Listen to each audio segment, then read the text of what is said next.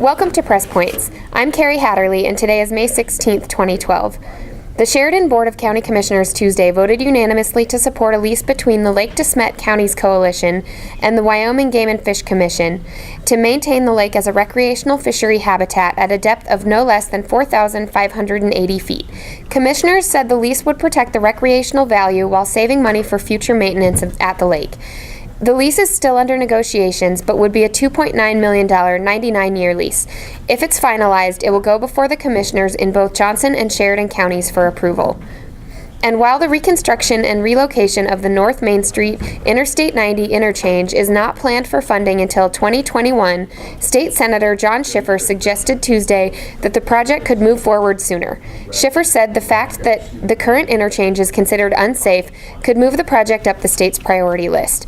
Schiffer is the chair of the legislature's Transportation, Highways, and Military Affairs Committee. The Wyoming Department of Transportation held a public open house Tuesday to accept comment on the proposed plan to move the interchange farther north. See details in today's Sheridan Press.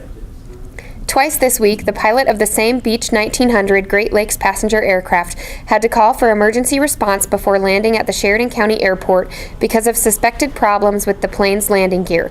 Calls to Great Lakes Airline to clarify whether the plane is still in use and if it has been repaired were not returned immediately.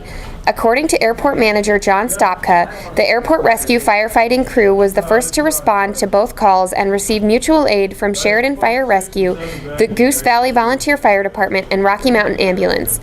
In both instances, there were more than a dozen passengers on board. No injuries were reported in either incidents. For details, see today's Sheridan Press.